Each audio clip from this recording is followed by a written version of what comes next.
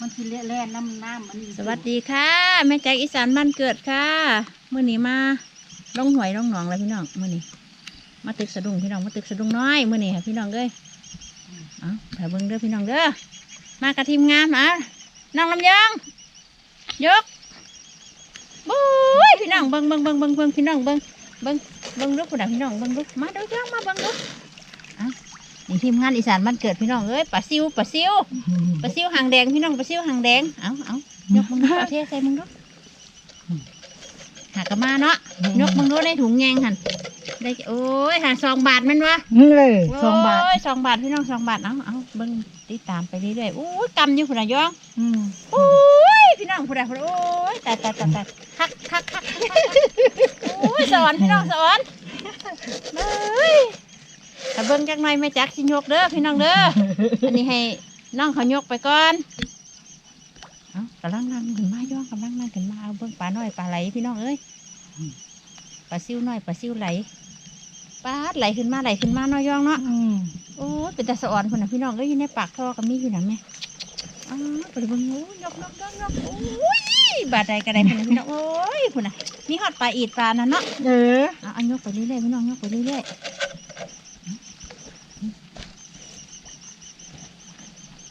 นี่แหละบรรยากาศพี่น้องเอ้ยฝนตกดินจักหน่อยฝนตกดินอันนี้ก็ห่วยน้อยๆเดี๋ยวพี่น้องเอ้ยน้ำทอตึกน้ำทอน้ำไห้น้ำนาห้ามน้อยองเนาะเอายกเฮ้ยอันมันยกขนาดพี่น้องเอ้ยพุ่นยกไปได้กระแตกตึมพี่น้องเอ้ยเอาปลาซิวอันนี้เห็นคือน้องลำยองพี่น้องเอ้ยนักล่าสะดุ้งโดยแท้เลยนี่ค่ะปลาน้อยกับปลายังปลาใหญ่กับปลายังงอนเก่งไหลเอาไต่ขึ้นขึ้นยกดูแท้จักน้อยก่อนมากันยกแล้วมันไหลพี่น่ะผู้ด่ามันไหลมาตะทอไหนย่อมึงเอาด้วยพี่น้องด้วยน่ะปลามันไหลมาก็ไม่ได้เอามาเนาะสะดุ้งเนาะว่าสิบ้ามันนั่นแล้วนี่บ้าน้ำมันบ่ไหลไหมน้ำบ่ไหลแล้วค่อยมาอันนี้เบิ่งซื้อว่าฝนตกไปซอมปลากันนะสลองเทื่อมันไหลเด่นปากท้อมีพี่น้องมีปุถะปลายกบาดใดกับขาวอักหลักเนาะแต่ว่ามันเป็นปลาหน่อยเนาะ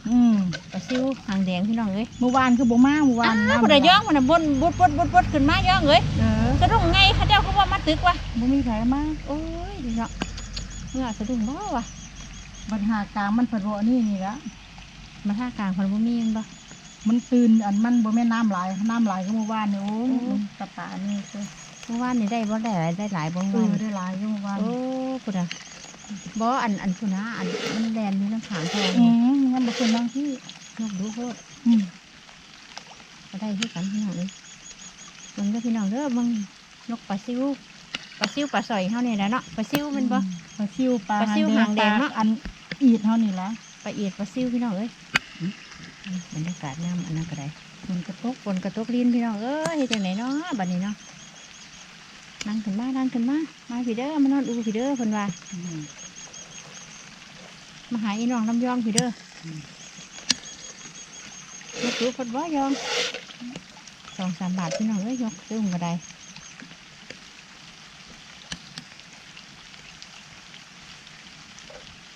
ต้องหาเก้าอี้มานั่งน้ำเนาะแบบนี้เนาะตั้งเก้าอี้ดิสิมาเด่นน้ำมันก็เรียนถ้ามันแดดสิขับที่ไปนะไปยังไงพอน้ำไหลก็บ่ค่อยบ่แห้งเบิ่งดูแต่ฟังจนน้ำเมื่อวานนี่ไหลคักมันบ่น้ำเมื่อวานท่วมบัดเลยไหลจนดีน้ำมันนี่ก็ได้เลยล่ะน้ำเมื่อวานนี่มันน้ำฝนตกแห้งคนว่ายกไปเรื่อยๆพี่น้องยกไปเรื่อยๆ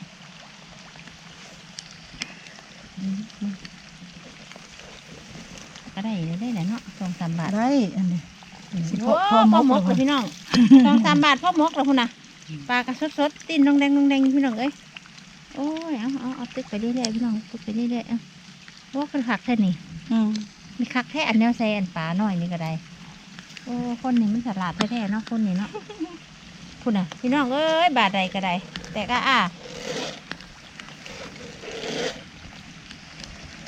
ยกไปเรื่อยๆ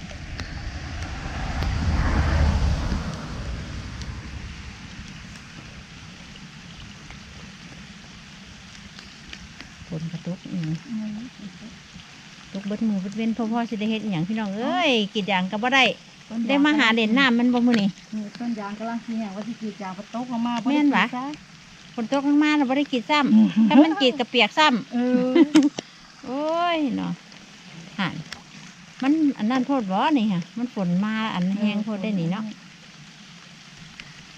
ท่อมองนี่คือประจำมองเล่นบ่นี่เมื่อวานเนี่ยตึกอยู่ใต้พุ่นอยู่นี่มันน้ำมันหลายมันลงมาได้ก็เลยไปนับกระตึกอยู่เพียงไอ้ซอยได้คู่คนเนาะมายามใดก็ได้เนาะได้เยอะทุกคนฝนตกเงียบแน่เลยพี่น้องมันก็มีบาดแค่นี้ปลาหน่อยเนาะซ้ำได้ปลาน้อยเป็นไงฝนว่าสะดุ้งนี่เนาะมันหน่อยโพด ต้องเอากวมน้องจักหน่อยยกว่าขึ้นเพราะว่านอนกวมน้องเนาะจะดิ่งทุยจะดุ้งที่พี่น้องไปเรื่อยๆฝุ่นป่ากระบอนบ่แป๊บขึ้นมาอยู่ได้เพราะมันบ่แม่นน้ำฝุ่นนี่พี่น้องบ่อนบ่แป๊บขึ้นมานี่โอ้ยตกลงมาอีกแล้วตามทงไฮทงนากระเดียวบ่เห็นเราพี่น้องมันอยู่ในรูปในห่วยพี่นะพูดอ่ะพี่น้องโอ้ป่าโอ้มันที่มาเป็นช่วงๆมะมาเป็นมูพี่น้องปลาซิวตำห้องถึงเด็ดเอาย่างนะตำตอนเที่ยงยังสิเนาะบ้านลงมาเน้นบ่เฮ้ยคักขนาดนี้ความหิวเนี่ยนั่นห่วยแซ่บถึงได้พี่น้องเอ้ย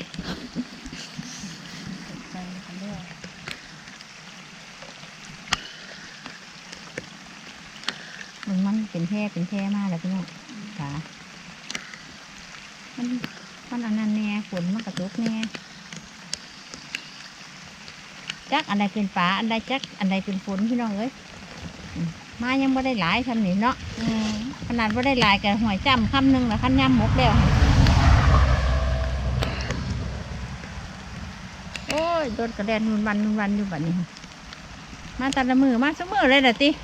ถ้าฝนตกก็มาคุ้มมือกับฝนตกกับกรีดยางก็ว่างแล้ว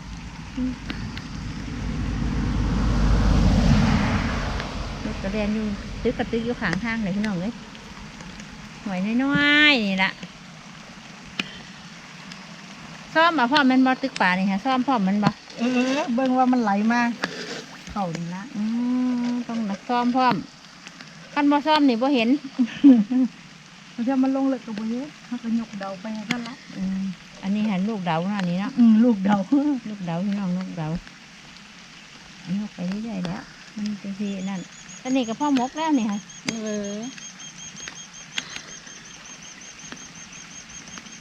ตั้งปึ๊บไปได้คุณปลายังโดดดองอยู่เนาะปลาขาวได้นานเนาะปลาอย่างพวกนั้นโอ้ยแบบสะดุ้งไงมาใส่ยองเขาบอกเขาหันเอาสะดุ้งไงมาปลามาเด่นน้ำได้หนีน้ำไหลนี่เนาะน้ำไหลปากท่อเลยพี่น้องหากินกับว่าหายากดอกคนชาวอีสานนี่เนาะฝนตกเราซื้อสะดุ้งเลิศมันบ่ซื้อสะดุ้งร่องหอยร่องหนองได้กินเลยยกอันนี้มันก็ยังมีมานี่ปลามันยังเข่ามาบ้านเลยค่ะงกดูปวดแตกแล้วโอ้ยปลาอันนี้มันแซ่บมันบ่น้ำข้าวมกนี่ไม่ต้องเอาขี้ออกเลยเนาะมกเลยกินทั้งขี้ทั้งหยังเลยพี่น้องมันต้องแซ่บฝนกระตุกในเด้อกล้องก็อยากมัวในจังหน่อยเด้อพี่น้องเด้อ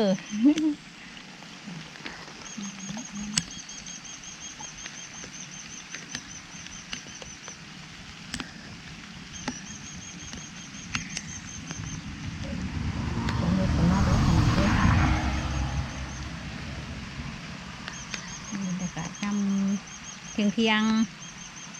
โทรสร้างสามห้องมาแล้วว่านป่าลงแบบนี้คักนะพี่น้องเลยแบบอันนั้นแน่แหละบ่หันมันก็บ่อนมาอยู่ได้หรอย่องบ่อนมาอยู่นี่พี่น้องมันใกล้ๆมันดิ มันคือช่องบ่อนนี่พี่น้องช่องบ่อนเงียบเงียบเงียบเงียบเงียบเงียบมาอยู่มึงโอ้ยต้องไหลมานี่แหละหวยน้ำหวยหวยพี่น้องน้ำหวยน้ำให้หน้าขึ้นมานี่เบิ่งรู้แห้งยังไม่แห้งไรจนปลาจนลาบเลยพี่น้องเอ้ยน้ำพัดน้ำปลาลาบเลย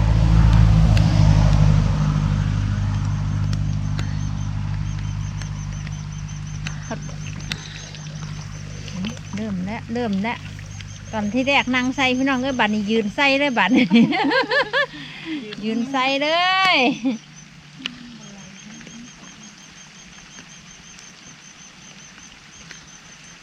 มันบ่สะดุ้งมันบ่แจบเนาะ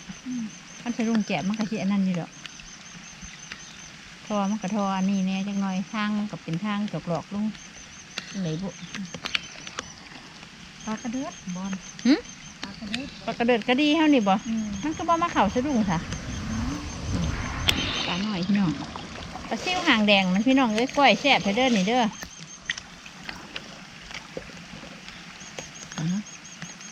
จักคาละมือนี่ค่ะจักยืนจักนั่งเลยพี่น้องเอ้ยมีทั้งภาพยืนแล้วป้ามีทั้งรูนั่งและรูยืนล่ะนี่ค่ะ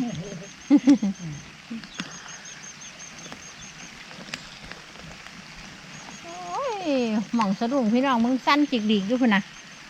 คุดไปทางไปพี่น้องเอ้ยทางนี้มาหากระได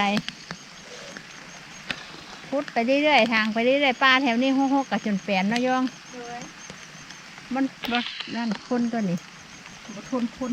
คนมีอย่างกับบะทนคนนี่เนาะ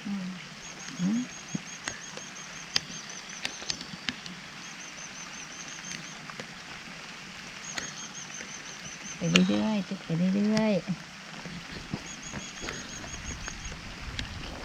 ดูสวนเจ้าของนะคอยเอาเสื้อเอาอันนี้ไปใส่ไว้หนะมันลดอันแต่หัวปีออกว่ามู่ก็ออกแล้วมันมาออกอีกบัดมาออกอีกเอาพี่น้องเอามันกระตึกไปสักพักแล้วเนาะพี่น้องเนาะได้ลายเติบเลยพี่น้องเอ้ยโอ้พี่น้องคนน่ะปลาบักลายนึงพี่น้องเอ้ยซ้ำนี่กับพ่อมกอยากพ่อกินแล้วนี่น้อยย่องเนาะไอ้มกแรงเลยพี่น้องซ้ำนี่กระไดบักลายพี่น้องคนน่ะเห็นว่าปลาเต้นลงแดงพี่น้องเอ้ยบริอาหารได้ลายเติบเลยพี่น้องได้ลายเติบแล้วเอาได้พ่อกินแล้วก็ใช้ได้เมื่อเลยพี่น้องเอ้ยบาดเมื่อไรพี่น้องเอ้ยอีสานบ้านเกิดกับขอฝากไว้ทำนี่เด้อพี่น้องเด้อสำหรับคลิปตึกสะดุ้งน้อยตึกสะดุ้งปลาไหลเนาะปลาไหลเขาเอื้อนมันบ่ปลาไหลเต้มันไหลมาเนาะก็เลยว่าจะขอฝากให้พี่น้องกดไลค์กดแชร์กดกระดิ่งกดซับสไครต์น้ำเด้อพี่น้องเด้อให้สำหรับอีสานบ้านเกิดเท่ากระไดก็ที่ขอฝากให้พ่อแม่พี่น้องซ้ำนี่แหละค่ะขอบคุณค่ะ